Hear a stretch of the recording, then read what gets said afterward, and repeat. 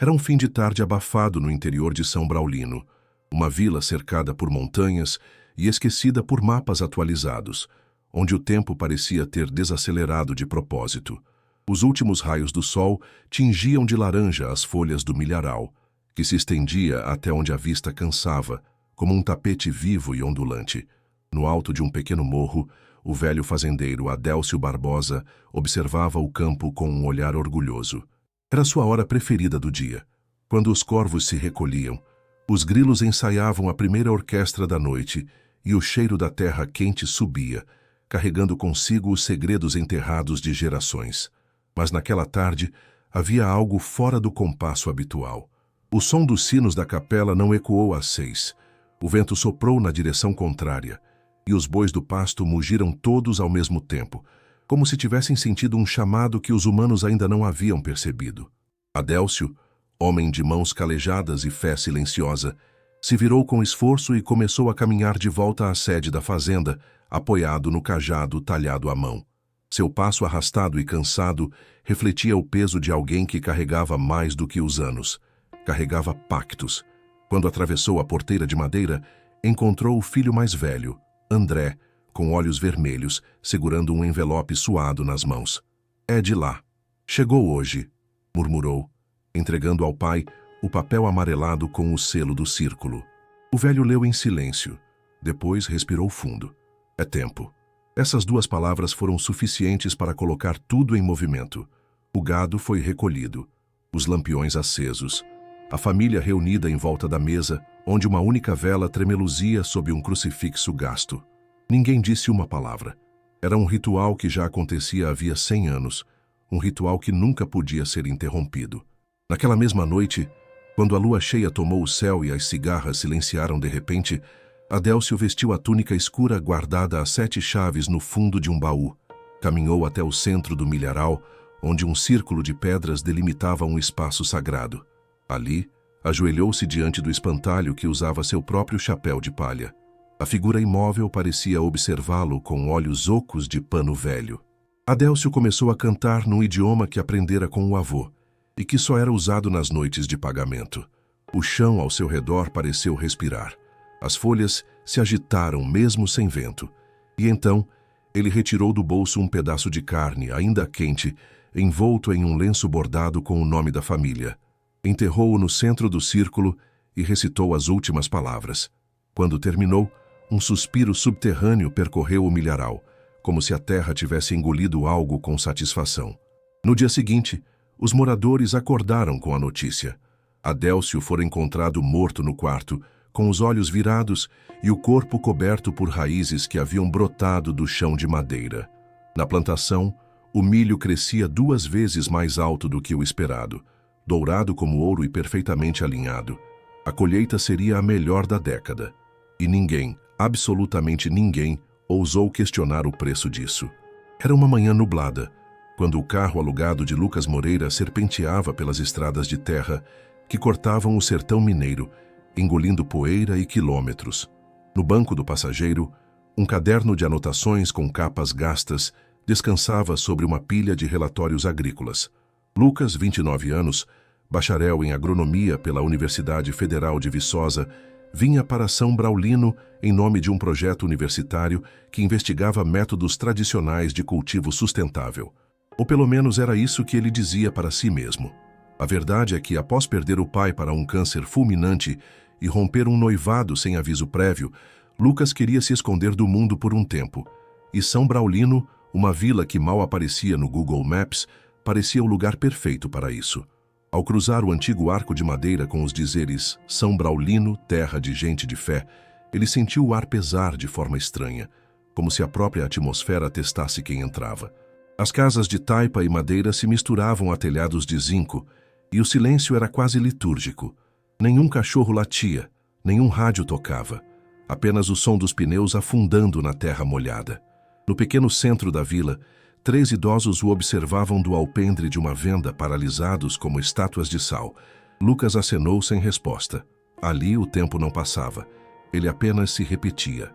A hospedaria onde ficaria, chamada Recanto da Boa Colheita, era uma casa antiga reformada, com móveis de madeira escura e cheiro de óleo de peroba misturado a um leve aroma de fumo. Dona Irene, a proprietária, era uma senhora de fala doce, mas olhar de quem sabia mais do que dizia. "Seja bem-vindo, moço. Espero que a estadia seja produtiva", disse com uma pausa sutil antes da última palavra. Ela o conduziu até o quarto dos fundos, onde a janela dava de frente para um mar de milharais que dançavam lentamente, mesmo sem vento. Nos primeiros dias, Lucas tentou se manter ocupado.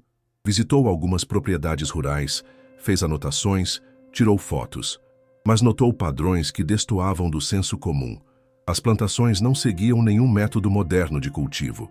Não havia vestígios de irrigação, adubos químicos ou controle de pragas, e ainda assim o milho crescia vigoroso, reluzente, em fileiras matematicamente perfeitas. Era como se a própria terra conspirasse a favor da colheita, e os agricultores evitavam conversar, sempre gentis, mas distantes. Quando ele perguntava sobre técnicas, mudavam de assunto.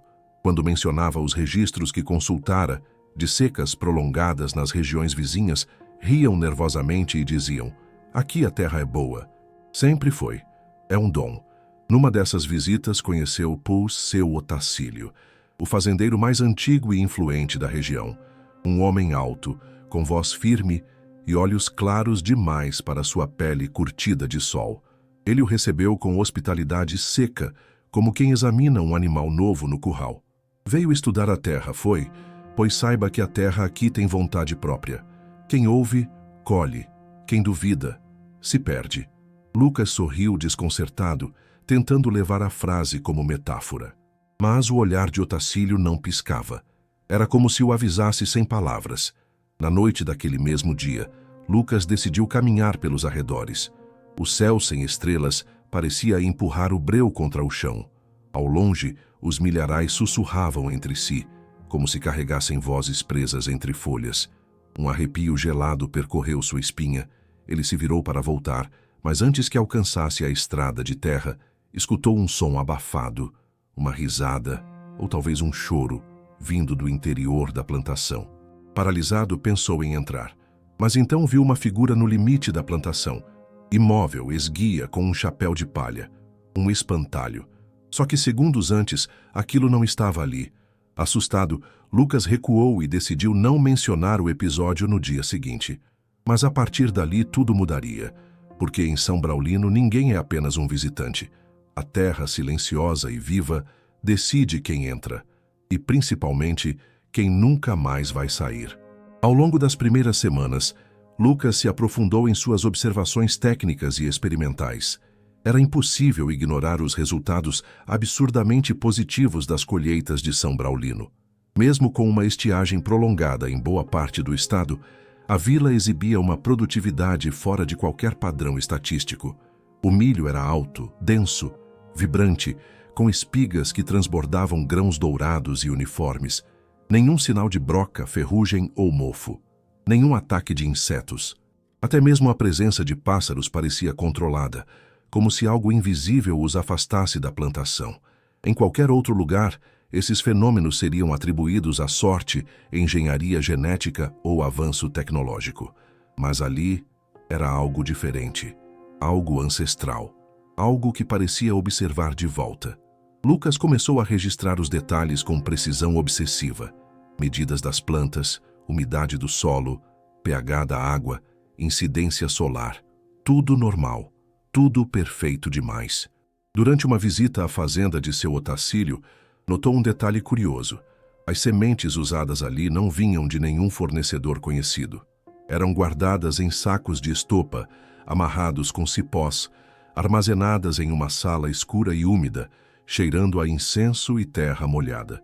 São sementes de linhagem antiga, passadas de geração em geração, disse Otacílio, ao perceber o interesse do rapaz. Não estão à venda e nem deviam ser tocadas por quem não sabe pedir licença. Essas palavras ficaram martelando na mente de Lucas. Pedir licença? Que tipo de licença alguém deveria pedir a uma semente? Foi nesse dia que ele resolveu investigar por conta própria.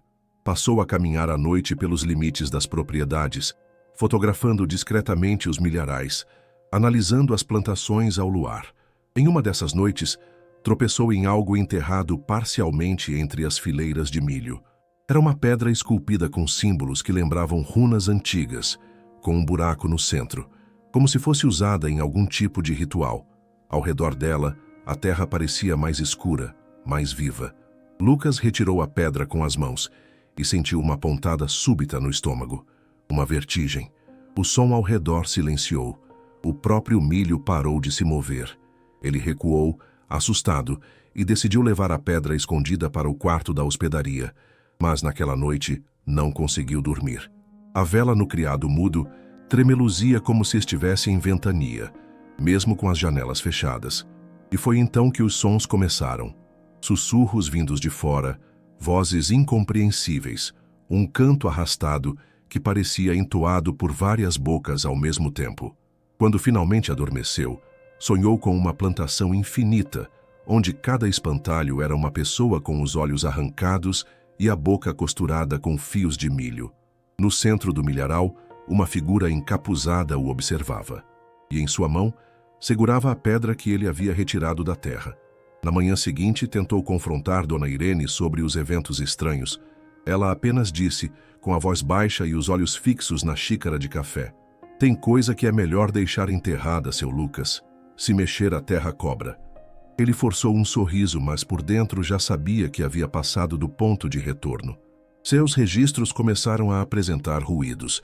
Fotos apagadas, arquivos corrompidos, páginas do caderno rasgadas sem explicação. Mas o que mais o incomodou foi a ausência de uma pessoa específica. Zé Raimundo, um lavrador com quem havia conversado na segunda semana.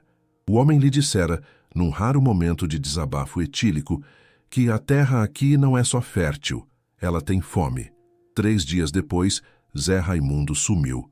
Diziam que foi embora para cuidar da mãe doente. Mas Lucas sabia que era mentira. Na verdade, ninguém o mencionava mais. Era como se ele nunca tivesse existido. Determinou-se a continuar investigando, mesmo com o desconforto crescente em seu peito. Afinal, um cientista não se deixa vencer por superstições. Foi então que decidiu retornar à pedra enterrada. Só que, ao chegar ao local, não havia mais nada lá. A plantação havia crescido de forma anormal naquela área, formando um círculo perfeito ao redor do ponto onde a pedra estivera.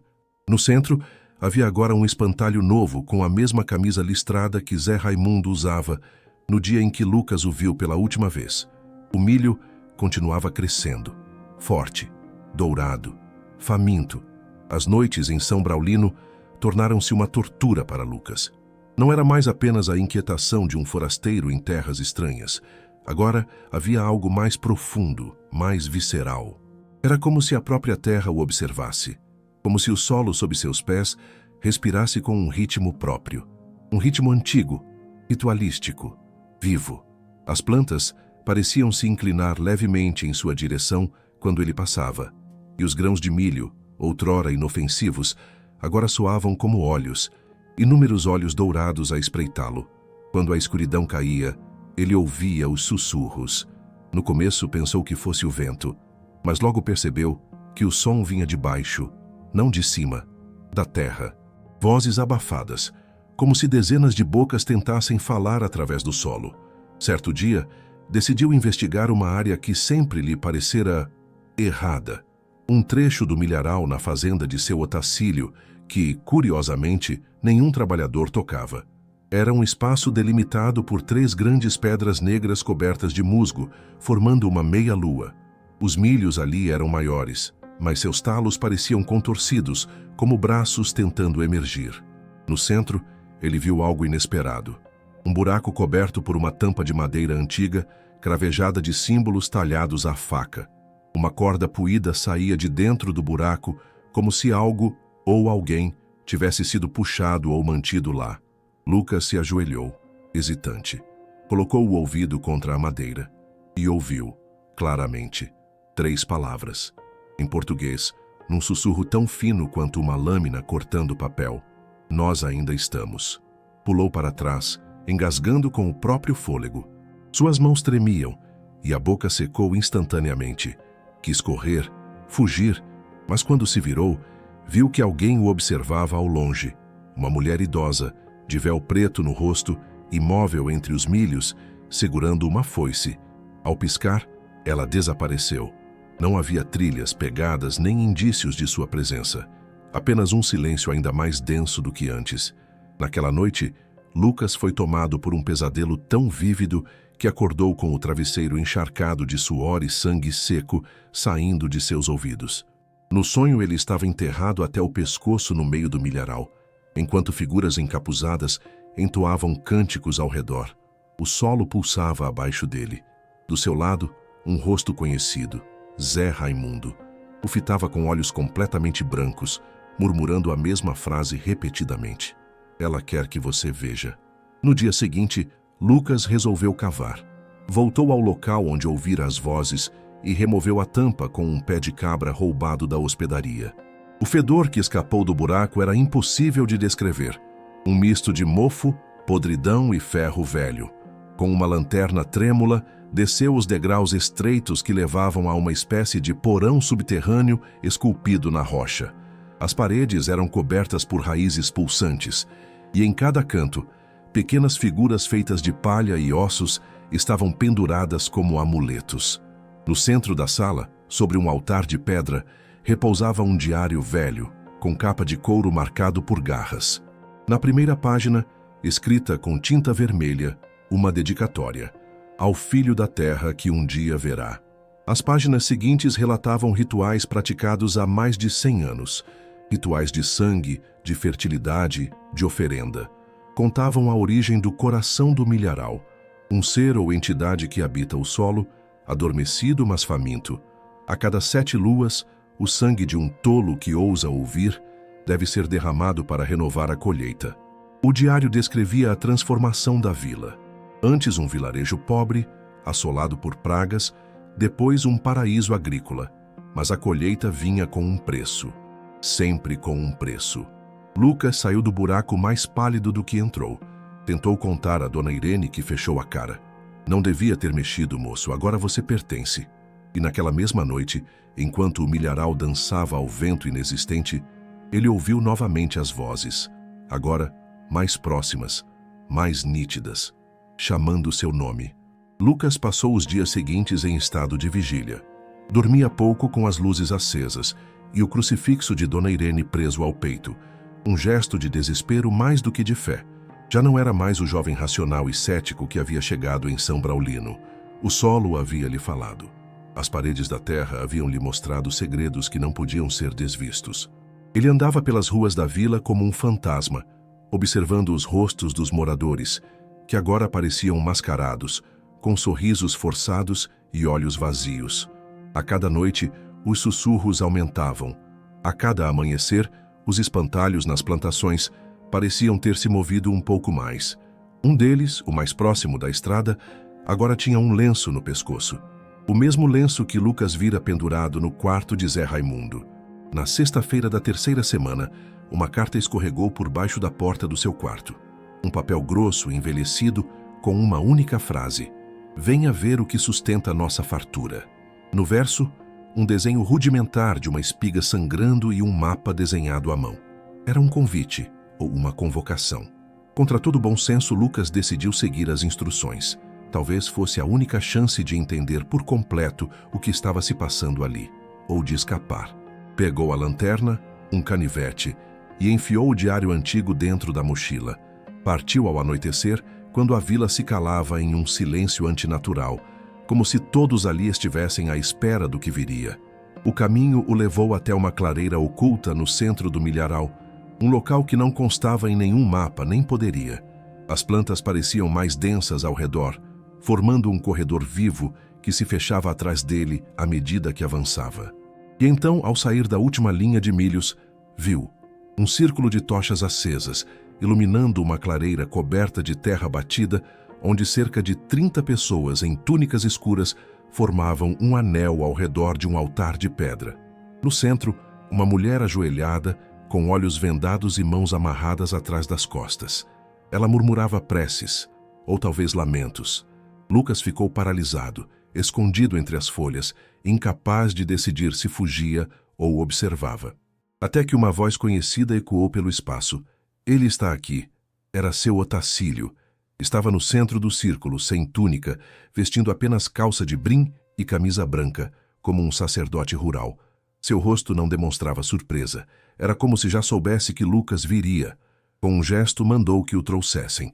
E ninguém o impediu quando Lucas saiu das sombras, hipnotizado, empurrado por algo mais forte do que seu medo. Os olhos da mulher se abriram. Olhos que Lucas reconheceu vagamente de uma visita a uma chácara nos arredores, antes que dois homens a cobrissem com um pano negro. Otacílio aproximou-se, segurando uma espiga negra, seca, com grãos retorcidos como dentes. Você ouviu a terra, leu as palavras. Agora entende o que fazemos. Lucas balançava a cabeça em negação, mas suas pernas não obedeciam. Toda fartura tem um preço. E esse solo, meu filho? Esse solo exige o sangue de quem ousa cavar fundo demais. Ao redor, os presentes começaram a entoar um cântico gutural, uma melodia circular que parecia girar em espiral dentro da mente de Lucas. Era como se as vozes ecoassem não só no ar, mas dentro dos ossos. Foi então que viu. O altar de pedra, com pequenas fendas em suas bordas, se conectava por canais escavados no chão a um buraco central, o mesmo onde outrora enterravam oferendas. Quando o sangue escorria pelo altar, ele era levado direto à terra. Alimentava o que estivesse embaixo. Otacílio aproximou-se ainda mais, agora com um punhal antigo na mão, cravejado com símbolos que Lucas vira no diário. Você tem duas escolhas. Pode ir embora, e a terra cobrará com violência.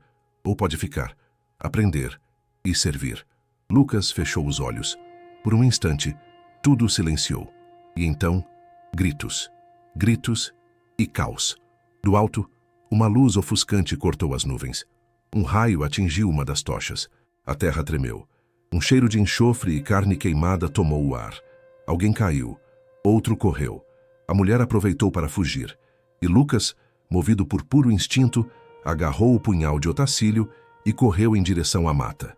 Atrás dele, os cânticos viraram urros, mas ele não olhou para trás, porque sabia que não eram mais apenas humanos que o perseguiam. A colheita fora interrompida e a fome da terra despertada. Lucas correu sem direção, guiado apenas pelo terror que pulsava em sua nuca e pelas imagens que sua mente se recusava a processar. A escuridão parecia se fechar em torno dele, tornando cada passo uma luta contra raízes invisíveis que brotavam do solo e tentavam retê-lo. A floresta que circundava os milharais agora se mostrava viva. Os troncos rangiam como se murmurassem segredos entre si, e os galhos curvavam-se lentamente em sua direção. Quando seus pés finalmente tocaram o cascalho da estrada que levava de volta à vila, Lucas já não era mais o mesmo homem. Algo dentro dele havia rachado. Ele vira um culto, mas mais do que isso, vira a fome ancestral que esse culto sustentava. E agora, ela estava acordada. Na manhã seguinte, acordou em sua cama, sem se lembrar de como havia chegado ali. Suas roupas estavam secas, limpas. Nenhum sinal de sangue ou sujeira. A janela aberta deixava entrar uma brisa suave, quase gentil demais para ser real. Tentou levantar-se, mas suas pernas cederam. Sentia como se tivesse sido esvaziado. Dona Irene entrou no quarto minutos depois, com um sorriso forçado e uma bandeja de mingau. Foi só um pesadelo, moço. O senhor andou delirando uns dias. Febre alta. Calor da roça faz isso com a cabeça de quem é da cidade. Mas Lucas não estava louco. O diário ainda estava escondido em sua mochila, e com ele as provas, as anotações, os desenhos dos rituais, a genealogia dos moradores da vila, e principalmente os registros de mortes encobertas desde o século XIX. Nos dias seguintes, isolado no quarto, Lucas leu cada página do diário como se sua vida dependesse daquilo, e de fato, dependia. A história de São Braulino não começava com colonos nem com a igreja. Começava com uma tribo esquecida, que adorava um ser enterrado nas entranhas da terra, um espírito que controlava a fertilidade do solo em troca de sangue humano. Quando os primeiros forasteiros chegaram e tomaram aquelas terras, encontraram a colheita abundante e a terra macia, mas também encontraram os túmulos e os avisos. Ignoraram, plantaram, colheram, e a cada nova geração, mais desaparecimentos, mais pactos, mais cerimônias no milharal. A linhagem de seu Otacílio remontava diretamente aos primeiros líderes do culto. A cada 7 luas, um novo ciclo se iniciava. E quando a colheita era muito farta, exigia-se um sacrifício maior, não apenas de sangue, mas de identidade. Lucas percebeu, horrorizado, que os moradores que sumiam não eram mortos, eram absorvidos, incorporados, apagados da memória coletiva da vila. Suas histórias eram arrancadas como folhas secas. Seus nomes deixavam de ser pronunciados. Seus rostos, esquecidos como um sonho ruim ao amanhecer. Ele tentou buscar ajuda. Ligou para a universidade, para o governo estadual, até mesmo para a polícia. Mas todas as linhas caíam. O sinal do celular havia desaparecido completamente. A internet da hospedaria, antes lenta, agora não funcionava de jeito nenhum. Saiu de carro, mas a estrada parecia se repetir. A cada quilômetro rodado, voltava a ver a mesma árvore caída, a mesma placa enferrujada. Era como estar preso em um labirinto rural, onde a própria realidade se dobrava em torno de um único ponto central, o milharal. Na tentativa de entender a mecânica do feitiço, Lucas voltou ao porão subterrâneo, onde encontrara o diário. Mas ao chegar lá, viu que tudo estava lacrado. A entrada havia desaparecido. O solo estava liso, como se nunca tivesse sido escavado. Restava apenas uma única marca, a pedra ritual reaparecida com uma inscrição nova, entalhada como se tivesse sido esculpida com fogo. Você foi plantado. E então ele compreendeu. Não bastava ver, não bastava saber. A maldição da terra farta era sutil, sorrateira. Entrava pelas frestas da razão e brotava como raízes no inconsciente. Ele não estava sendo caçado, ele estava sendo nutrido, transformado. A terra o havia escolhido, não para morrer, mas para servir. Como um espantalho serve ao campo, como um guardião observa o silêncio crescer. Os espantalhos da vila agora eram diferentes, tinham mais detalhes. Um deles usava uma mochila rasgada. A rotina de Lucas Moreira passou a ser regida por um ciclo invisível, como se o próprio tempo na vila estivesse costurado à pulsação da terra. Ele já não sabia dizer quanto tempo havia se passado desde a noite do ritual. Dias? Semanas? A luz do sol parecia errática, as estações misturadas, o calor e o frio se alternando sem lógica. As manhãs nasciam sem canto de galo. Os relógios atrasavam ou adiantavam, como se zombassem da sanidade. Lucas começou a perceber que São Braulino não obedecia mais às leis do mundo exterior. Era um organismo isolado, vivo, fechado sobre si mesmo, como uma ferida inflamada que se recusa a cicatrizar. Em certo ponto, ele tentou escrever um diário próprio, registrar sua percepção dos dias, mas as anotações se embaralhavam. Palavras que ele não se lembrava de ter escrito apareciam no papel, em letras tortas, com tintas diferentes. Semente escolhida. O ciclo precisa de ti. A colheita não termina. Ele achava que estava enlouquecendo, mas quando acordava com terra sob as unhas e folhas de milho embaixo da cama, compreendia que já não era apenas alucinação. Ele estava sendo moldado, cultivado.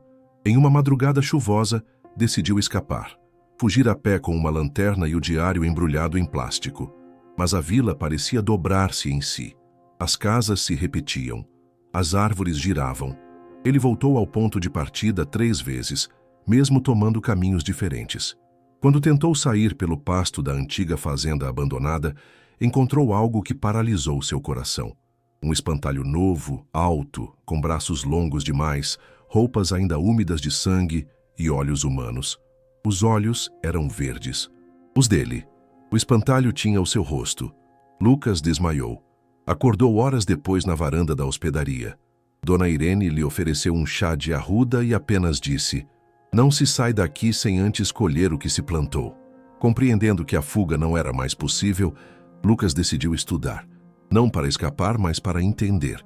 Vasculhou os livros da igreja desativada, documentos escondidos em porões, e até o confessionário esquecido, onde antigos padres deixaram registros de tentativas de exorcismo e bênçãos malogradas. Um deles escrevera: "A fé não germina onde a terra já fez pacto com algo mais antigo que Deus." Descobriu que os moradores chamavam o centro do milharal de umbigo da terra, Ash, um ponto de energia escura onde a entidade adormecida, descrita como uma criatura sem forma, feita de raízes, ossos e fome, residia. Alimentavam-na não apenas com carne, mas com memória. Os sacrifícios não eram apenas físicos, eram existenciais, pessoas apagadas, suas identidades diluídas como cinzas lançadas ao vento, mas sem funeral, sem nome. E quanto mais forte a colheita, mais exigente se tornava a entidade. Lucas viu os registros das últimas décadas e notou um padrão. A cada 7 anos, um forasteiro desaparecia. Um professor em 1987, um geólogo em 1994, uma missionária em 2001, um casal de mochileiros em 2008, um jornalista em 2015. Nenhum deles foi procurado, nenhum nome foi registrado. E agora era 2022. O ciclo estava se fechando. Na última noite antes da próxima lua cheia, Lucas decidiu queimar o diário. Talvez fosse a única forma de romper o vínculo, apagar o elo. Foi até o terreiro atrás da hospedaria. Acendeu uma fogueira com álcool e fósforos roubados da cozinha. Quando as chamas cresceram, sentiu alívio. Mas então, do fogo, surgiu um cheiro horrível de carne queimada. As páginas não pegavam fogo. Gritou, jogou gasolina, mas o livro apenas escureceu como se absorvesse o calor. E então, uma explosão seca. A fogueira apagou-se sozinha. No centro da brasa morta, o diário estava fechado, intacto. Na capa, uma nova frase havia surgido, escrita em cinzas. Agora você é a estação. E naquele momento, Lucas entendeu. Ele não era a vítima. Era o substituto. Aquele que carregaria o ciclo adiante. A terra não queria matá-lo, queria plantá-lo, queria que ele florescesse. Lucas passou os dias seguintes num estado liminar, preso entre o delírio e a iluminação. Já não era mais um simples agrônomo buscando métodos tradicionais de cultivo. Era agora o guardião de um segredo antigo, repulsivo, mas fascinante. Um prisioneiro escolhido, e aos olhos da vila, um sucessor inevitável. Acordava todos os dias com os pés sujos de barro. Vultos o observavam pelas janelas. As paredes do quarto pareciam respirar em uníssono com seu peito. Cada colher de comida servida por Dona Irene tinha o sabor da aceitação involuntária, da digestão de um destino que já não podia ser desfeito. Mas em meio à escuridão crescente, brotou algo que não era fé, era resistência, uma fagulha. Lucas sabia que, se era parte do ciclo, talvez pudesse corrompê-lo por dentro. Sabia também que o próximo ritual estava próximo. A vila inteira se preparava em silêncio, com olhares desviados, ruas varridas demais, velas acesas sem explicação. Ao passar por um grupo de crianças, ouviu uma cantiga que lhe gelou o sangue. Quem escuta a terra, vira espiga. Quem fecha os olhos, vira raiz. Decidiu agir. Escondeu-se na mata durante 3 dias, alimentando-se de raízes, dormindo em galpões abandonados, anotando símbolos do diário e cruzando informações que encontrara nos arquivos da igreja. Entre os registros antigos, encontrou menção a um artefato corrompido, um objeto ritualístico rejeitado pela terra, um fragmento de espelho negro quebrado durante um antigo sacrifício mal sucedido. Segundo os escritos, aquele espelho havia aprisionado uma parte do espírito da terra e, se usado corretamente, poderia romper temporariamente o vínculo com o solo. O item fora enterrado na base da cruz de alecrim, um símbolo de proteção esquecido no fundo da plantação. Lucas cavou durante horas, as mãos sangrando, as unhas quebradas, até que a lâmina de metal tocou algo frio. Um pequeno espelho oval, rachado no meio, com símbolos talhados em sua moldura de madeira carbonizada. Quando o tocou, sentiu algo se agitar dentro dele. Uma voz sussurrou em sua mente, não com palavras, mas com memórias. Viu os rostos dos desaparecidos, sentiu a dor deles, a fome, o esquecimento, e então compreendeu. O espelho não libertava, ele trocava, oferecia o peso do sacrifício a quem ousasse usá-lo, mas era tudo o que ele precisava. Na noite do ritual, Lucas retornou ao milharal. Os fazendeiros estavam lá, como antes, túnicas escuras, cantos guturais. No centro, uma nova oferenda. Uma jovem mulher amordaçada de joelhos com marcas nos pulsos. Ele reconheceu seu rosto. Era Maria Teresa, neta de uma lavradora com quem conversara nos primeiros dias. Ela tinha olhos aflitos, mas conscientes. Sabia onde estava. Sabia o que a esperava. Lucas não hesitou. Caminhou em direção ao círculo, sem ser detido. Os membros do culto o olhavam com uma espécie de reverência muda. Seu Otacílio abriu espaço para ele, sorrindo. "Veio fazer sua escolha?" perguntou o velho. Lucas tirou o espelho de dentro da mochila escondido por um manto, e então, ao invés de responder, cravou o olhar no altar e disse em voz firme: "Hoje a terra colhe o que plantou." Num movimento brusco, colocou o espelho sobre o altar e cortou a própria mão, deixando o sangue escorrer sobre a superfície quebrada. A reação foi imediata. Um vento seco varreu a clareira. As tochas se apagaram sozinhas.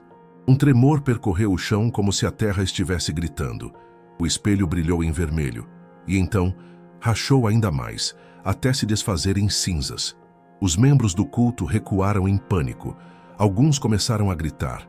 Outros caíram de joelhos, como se estivessem sendo sugados para dentro de si mesmos.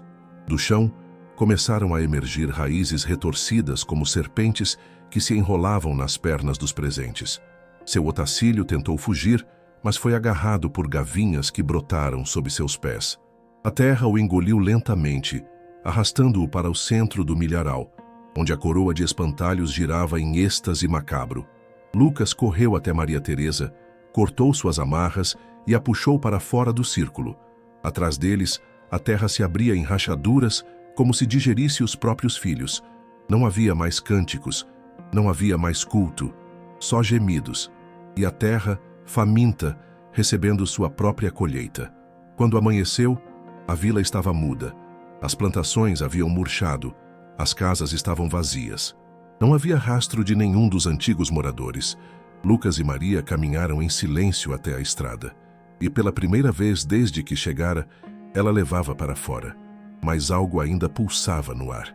E enquanto andavam, Lucas notou uma pequena muda de milho brotando na sola de seu tênis. Verde, viva, incontrolável. Dias se passaram desde a fuga. Lucas e Maria Teresa chegaram a uma cidade vizinha sem serem notados, cobertos de poeira, olhos fundos, o corpo e a alma em frangalhos. Foram recebidos por uma senhora de alma caridosa, que acreditou em parte da história contada, que haviam se perdido durante um trabalho rural, que passaram dias tentando voltar, que presenciaram algo horrível. O restante da narrativa foi engolido em silêncio, pois como explicar rituais ancestrais, espantalhos vivos e uma terra que devora gente com fome de lembrança? Como tornar crível aquilo que nem o próprio espírito era capaz de compreender completamente?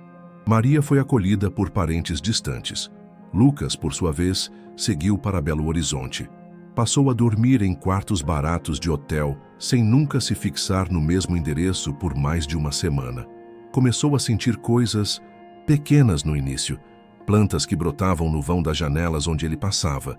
Grãos de milho surgindo em bolsos que ele jurava ter esvaziado. Manchas de terra aparecendo sob seus pés depois de banhos longos. Ele tentou esquecer, tentou racionalizar, tentou enterrar o passado. Mas o passado não é algo que se enterra impunemente, especialmente quando o solo se lembra. Numa madrugada, acordou com um som familiar, o som de folhas se mexendo. Não na rua, não no corredor, mas dentro do quarto.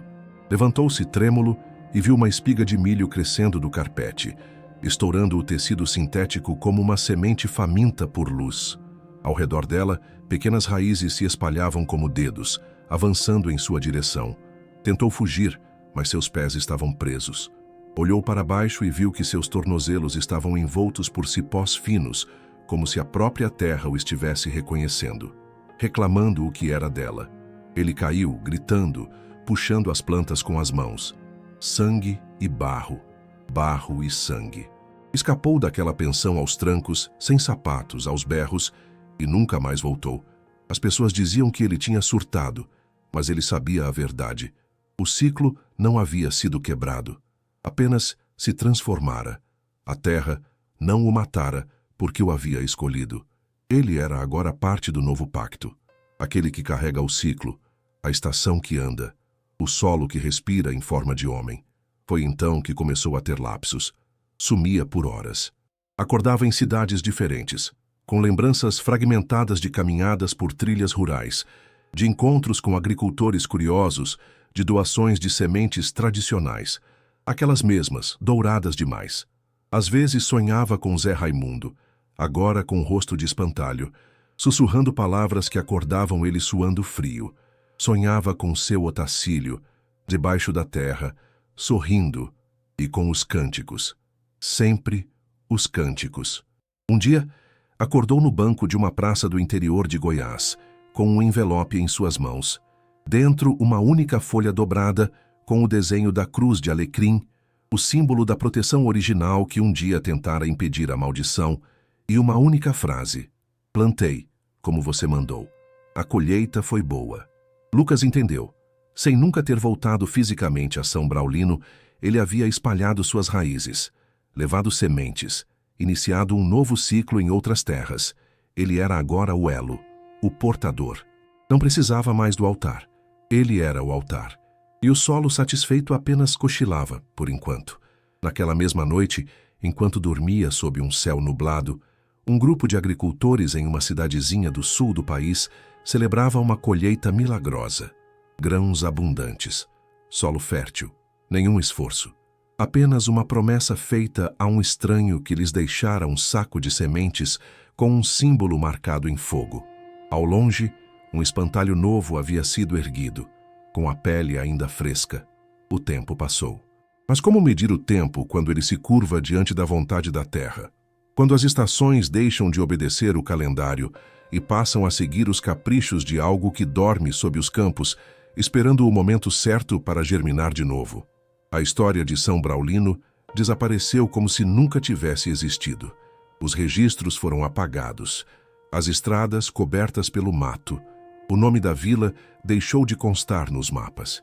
Era como se o mundo tivesse se curado dela, ou talvez tivesse aprendido a ignorá-la, como um corpo ignora um tumor que prefere não tratar. Mas Lucas Moreira ainda existia. Em parte, nos arquivos da universidade, seu nome consta como em viagem de pesquisa prolongada. Alguns colegas dizem tê-lo visto rapidamente em eventos sobre agricultura sustentável. Outros, em fotos borradas de encontros místicos no interior da Bahia. Um ou outro jura tê-lo cruzado em vilarejos, onde a terra parecia mais viva do que o normal. Mas ninguém sabe ao certo. Seu rosto mudou, sua voz também.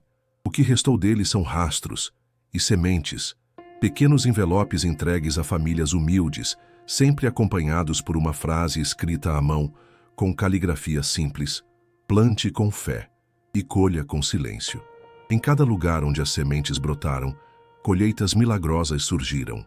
Milho alto, trigo sem pragas, árvores que frutificavam fora de época, e com a fartura vieram os sussurros, primeiro nas noites de lua cheia, depois ao meio-dia. Depois o tempo parou, e as raízes subiram pelas paredes das casas, e os espantalhos começaram a sorrir. Numa escola rural, uma criança desenhou durante a aula um homem sem rosto, enterrando algo no chão. Quando a professora perguntou quem era, a criança respondeu: é o moço do milho, ele fala com a terra, e a terra escuta. Hoje, há espantalhos em lugares que nunca precisaram deles. Hoje, há cidades colhendo frutos que não plantaram. Hoje, há uma semente nova, plantada, regada, silenciosa, à espera da próxima estação, à espera de você.